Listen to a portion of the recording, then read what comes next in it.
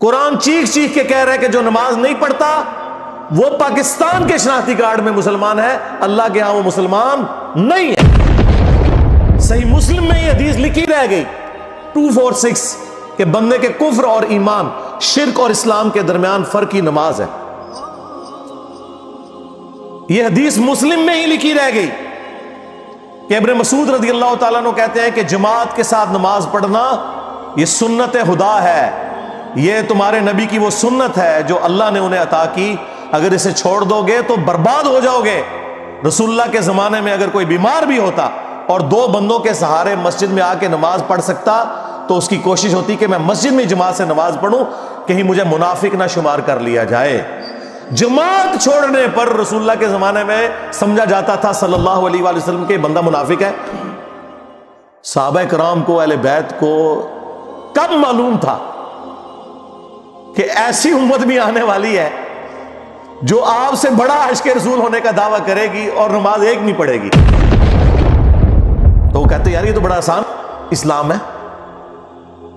تو یہ حدیثیں تو مسلم شریف میں لکھی رہ گئی، پریکٹیکلی کس نے عمل کیا اس کے اوپر؟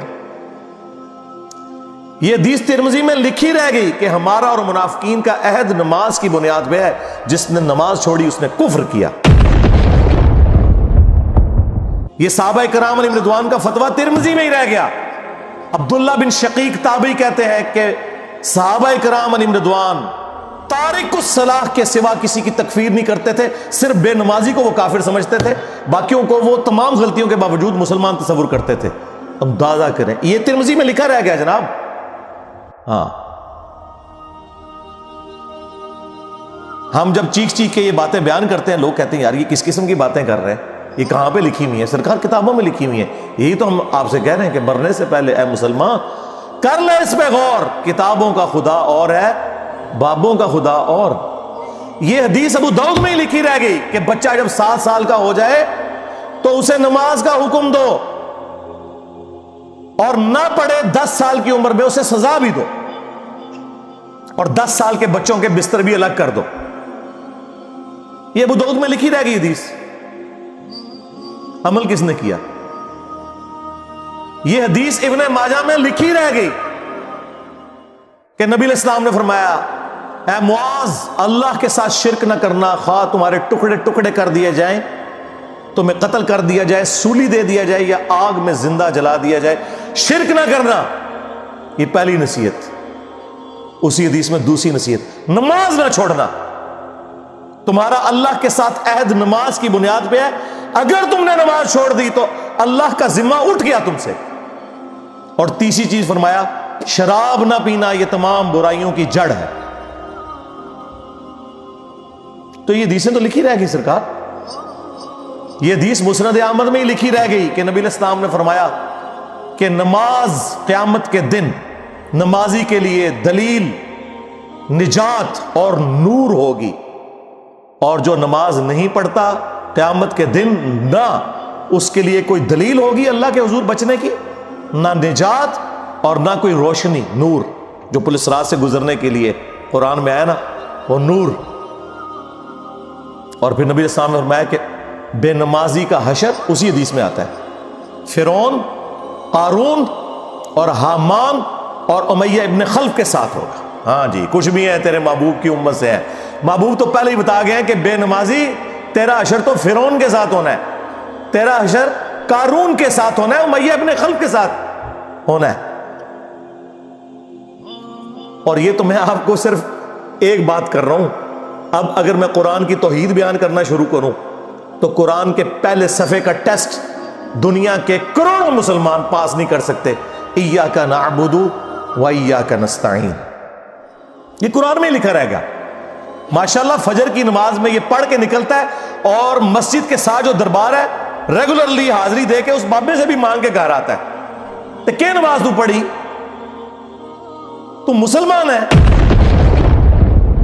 تیری ہر نماز کی ہر رکعت میں تو یہ نہ پڑھے تیری نماز ہی نہیں ہوتی۔ ایاک نعبد و ایاک نستعین، اے اللہ عبادت بھی تیری کریں گے، دعا بھی تجھی سے مانگیں گے، مدد بھی تجھی سے مانگیں گے۔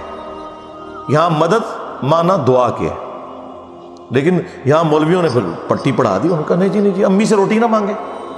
اندازہ کریں قرآن کا مذاق اڑا رہے ہیں، حالانکہ انہیں پتہ ہے کہ قرآن میں یہ آیت موجود ہے وَتَعَاوَنُوا عَلَى الْبِرِّ وَالتَّقْوَى وَلَا تَعَاوَنُوا عَلَى الْإِثْمِ وَالْعُدْوَانِ، نیکی اور پرہیزگاری کے کاموں میں ایک دوسرے کی مدد کرو اور برائی میں الگ رہو. قرآن نے بتایا ہے کہ اللہ نے دنیا کو اسباب کے ساتھ جوڑا ہوا ہے. یہاں ایاک نستعین میں دعا کے اعتبار سے بتایا جا رہا تھا کہ غیر اللہ سے نہیں کرنی، ظاہری اسباب کا تو قرآن میں حکم ہے، لیکن دیکھ لیں. اور پھر جس شان سے اللہ تعالیٰ نے سورۃ النمل میں ذکر کیا، حیران کن بات آپ کو بتاؤں، اہل تشیع کے ہاں صبح و شام کی دعاؤں میں، سنت اذکار میں سورۃ النمل کی آیت نمبر 62 پڑھی جاتی ہے. ترجمہ نہیں کبھی کسی نے پڑھا. اور ہمارے جن اسٹوڈنٹس نے پڑھا جو شیعہ مکتب سے تعلق رکھتے تھے، کیونکہ میں نے اس آیت کو اتنی دفعہ کوٹ کیا، انہوں نے کہا ہم تو یہ صبح شام پڑھتے ہیں، ترجمہ پڑھا تو انہوں نے کہا یار یہ آیت پڑھ کے بھی سب سے زیادہ شرک ہم کر رہے تھے، کیونکہ اس آیت کے اندر کیا لکھا ہے اَمَّن يُجِيبُ الْمُضْطَرَّ إِذَا دَعَا، بھلا بتاؤ کون ہے جو تکلیف میں گھرے ہوئے شخص کی فریاد کو سنتا ہے، وَيَكْشِفُ السُّوءَ، اور اس سے اس کی برائی کو، تکلیف کو دور کر دیتا ہے، وَيَجْعَلُكُمْ خُلَفَاءَ الْأَرْضِ، اور تمہیں اگلوں کا خلیفہ کرتا ہے زمین پر، تمہارے ماں باپ کے مرنے کے بعد تم، تمہارے مرنے کے بعد تمہاری اولاد کو. اَإِلَٰهٌ مَّعَ اللَّهِ، کیا اللہ کے ساتھ کوئی اور معبود بھی ہے؟ قَلِيلًا مَّا تَذَكَّرُونَ، لیکن بہت کم ہی تم نصیحت حاصل کرتے ہو. بالکل صدق اللہ العظیم، بہت کم لوگوں نے نصیحت حاصل کی. اس آیت میں کلیئر کٹ لکھا ہے کہ جو اللہ کے سوا کسی اور سے دعا کرتا ہے گویا وہ اسے خدا بنائے ہوئے ہے. یا علی مدد کا مطلب سادہ نہیں ہے، اس کا مطلب ہے کہ آپ نے مولا علی کو اللہ کے مقابلے پر خدا تصور کر دیا. نہیں جی ہم تو انہیں اللہ کا بندہ مانتے ہیں. نہیں جناب، قرآن تو یہ کہتا ہے کہ اللہ کا بندہ مان کے یا بغیر بندہ مان کے. جب تمہارا یہ عقیدہ ہے کہ اللہ کے سوا کوئی تمہاری تکلیف دور کر سکتا ہے، جی پیچھے اللہ ہی ہے. اچھا اللہ پیچھے رکھنے سے، یہ دیکھیں حدیث میں لکھا ہوا ہے نماز کا طریقہ. اور نہیں جی ہمارے امام صاحب نے بھی تو وہی کچھ بتایا نا، پیچھے تھے اتنے بھی نبی علیہ السلام نے. نبی علیہ السلام پیچھے رکھنے کے لیے، میرے نبی صاحب ہے ہی کوئی نہیں، تیرے بابے تھے شاہ ہی کوئی نہیں. اللہ پیچھے، رسول پیچھے، آگے تمہارے بابے. عزتیں اویل کی ہیں تم نے اللہ اور اس کے رسول کے نام کے اوپر، چندے کھائے ہیں تم نے رسول اللہ کے نام کے اوپر صلی اللہ علیہ وآلہ وسلم. سواریاں سوار کی ہیں تم نے مکے اور مدینے کے نام کے اوپر، اور غداری کی ہے اپنے دین کے ساتھ. ممبروں پہ چڑھ کے کہتے ہو قرآن و حدیث ڈائریکٹ نہ پڑھنا، گمراہ ہو جاؤ گے. واہ، یہ کوئی یہودی یا نصرانی آ کے بات کرے ہم منہ توڑ دیں. جس طرح آج آگ لگانے کے اوپر قرآن کو ہمیں کتنا غصہ چڑھا ہوا ہے. تیرا مفتی ہر جمعے کو کھڑا ہو کے کہ قرآن اور بخاری ڈائریکٹ نہ پڑھنا، گمراہ ہو جاؤ گے. آگ تو یہ لگا رہا ہے، وہ آگ تو ایک دن تھی، اس سے کوئی فرق نہیں پڑا. قرآن کے ملینز آف کاپیز دنیا میں موجود ہیں، ملینز آف حافظ قرآن ہے. قرآن کو کوئی آگ نہیں لگا سکتا، دنیا سے ختم نہیں کر سکتا. اصل جو چور چھپا ہوا ہے نا وہ تیرے اندر چھپا ہوا ہے. جو یہ علماء ہیں، شیاطین، جنات اور انسانوں میں سے شیاطین، جو تمہیں یہ کہہ رہے ہیں قرآن حدیث ڈائریکٹ نہ پڑھنا، گمراہ ہو جاؤ گے. اور تم کہتے ہو مفتی صاحب نے فرما دیا. سبحان اللہ. دنیا میں اگر کوئی مفتی صاحب لمبی داڑھی اور پگڑی اور ہاتھ میں تسبیح کے ساتھ آپ کو کوئی 2 نمبر چیز دے دیں، آپ ایک استری خریدنے کے لیے جائیں اپنے کپڑے کرنے کے لیے، اور اس پہ جعلی مور لگا کے وہ بندہ آپ کو وہ استری دے دے، اور آپ کو بعد میں پتہ چل جائے اس نے دھوکہ کیا ہے، تو آپ کیا کہیں گے؟ مفتی صاحب نے فرما دیا استری شریف. آپ غصے میں بھرے ہوئے جائیں گے اور کہیں گے کہ تو داڑھی رکھ کے بےایمانیاں کر رہا ہے، کہیں گے نا. تو یہ داڑھی والے جو مولوی ممبروں پہ چڑھے ہوئے جھوٹ سکھا رہے ہیں آپ کو، ان کو کبھی آپ نے کہا نہیں. آپ فرق دیکھ لیں، جہاں آپ کی دنیا کا نقصان ہوتا ہے نا، نہ آپ کو مفتی کی داڑھی نظر آتی ہے. ہو سکتا ہے آپ جا کے آگ لگا دیں اس کی داڑھی کوئی، لیکن جہاں آپ کا دین کا نقصان ہو رہا ہے آپ کہتے ہیں مفتی صاحب نے فرما دیا. وہاں لاکھ چیختے رہے کہ یار یہ مفتی صاحب آپ کو اپنے بابوں کا دین بتا رہے ہیں، کتابوں میں دین کچھ اور لکھا ہوا ہے، ٹس سے مس نہیں ہوتے. تو یہ قرآن کی توحید کا ٹیسٹ نہیں تھے پاس کر رہے.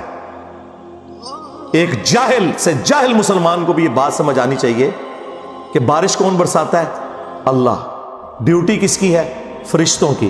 کیا ہم بارش فرشتوں سے مانگیں گے یا اللہ سے؟ تو بات ختم ہو گئی. جو ڈیوٹیاں لائیاں نے جی بابیاں دیاں، وہ چھڑ دے، ڈیوٹیاں لائیاں نے. کدھر مر گئے وہ بابے کہ آج ہزاروں ایکڑ کے اوپر یوٹیوب کی جو ہارڈ ڈسک رکھی ہوئی ہے ان کے اوپر رسول اللہ کے خلاف گستاخانہ ویڈیوز رکھی ہوئی ہیں. بابا کدھر مر گئے؟ نگاہ مار کے کیوں نہیں ڈیلیٹ کرواتے؟ اوے بابا جی کہا کرتے تھے نا جی امت مر جائے، امام مالک فرماندے نے کہ حضور دیاں گستاخیاں ہو رہی ہیں اور امت زندہ ہے، بدلہ نہیں لیندی. امام مالک فرماتے ہیں پھر امت زندہ کیوں ہے؟ پھر مر جائے ساری، پھر مر جائے ساری. پوری عالم اسلام اس وقت یا تو مر جائے، یا تو مر جائے سارا عالم اسلام، یا پھر حضور کی عزت پر پہ رہتا ہے. بس دو باتوں میں سے ایک بات ہے. بس یا سارا اکٹھا ہو کے مر جائے یا پھر فرانس کو جواب دے. میں نے کہا تھا بابا جی رک جاؤ، صبر کرو، تو آڈے ہوتے کوئی اور شے اللہ نے چھاڑ دیتی ہے. امت بعد ہی مرے، پہلے تیرے بابے کیوں نہیں مر جاندے بابیا جنہاں دی ڈیوٹیاں سن؟ غوث کتب ابدال، انہوں نے اپنے نبی کا کلمہ نہیں پڑھا ہوا؟ وہ کدھر مر گئے جو کل تک اپنے مریدوں کو یوں دیکھ کے تو جلا کے راکھ کر دیتے تھے، آج اتنے بغیرت ہو گئے کہ وہ یوٹیوب سے ویڈیوز نہیں ڈیلیٹ کر سک رہے. لے جاؤ اپنے بابے تو، کسی کام میں نہیں نکلے. پہلے وہ مرن نا، امت تو بیچاری کچھ کر نہیں سکتی، بابوں کے پاس تو اتنے رائٹس ہیں. وہ بابا لبو جی ڈیوٹی ہے اتنے جتنے ہارڈ ڈسک پہ ہیں اتنے جس غوث دی ڈیوٹی ہے انہوں لبو اتنا، اس سے میں 295 سیل آواں گا. امت مر جائے، تیرے بابے نہ مر جائے، امت مر جائے. امت نو تو تسی مس گائیڈ کیتا ہے، شرک میں ڈبو دیا. او جی لاہور 1000 سال تو بابا بیٹھے ہے تے پال رہے لوگوں نو. چھڑ دے، آج چندے بند کر دینا گورنمنٹ، کتے پھرن گے دربارہ ہوتے تواڈے، صفائی کرنے والا کوئی نہیں ہوگا. بند کراؤ آج چندے، بابا پال رہے ہیں. تواڈے چندے تے پلدے نے تے تسی کہتے بابا پال رہے. شرم کی کوئی انتہا ہوتی ہے. یہ لوگ بات کرتے ہیں کہ قرآن جل گیا تو پورے ملک کے اندر ہنگامے کھڑے کیے ہوئے. قرآن تم لوگوں نے جلایا ہے شرک پھیلا کے. ویسے تو کہتے ہو ہم سنی ہیں. سنی وہ ہوگا جو بخاری مسلم کے طریقے کے مطابق جو رسول اللہ کے احادیث نقل ہوئی ہیں صلی اللہ علیہ وآلہ وسلم، رکوع میں جاتے وقت اور رکوع سے اٹھتے وقت رفع الیدین کرے گا. یا سنی وہ ہوگا جو اپنی پبلک کو یہ جھوٹ مشہور کرے گا کہ جی بغلے بت رکھ کے آندے سن تاں رفع الیدین ہوندا سی. واہ واہ. جس شخصیت کے ساتھیوں میں سیدنا عمر، سیدنا حمزہ، سیدنا علی جیسے دلیر اور اللہ کے شیر ہوں، اتنے لوگ بت رکھ کے تے حضور دے پیچھے آگے کھلوندے سر.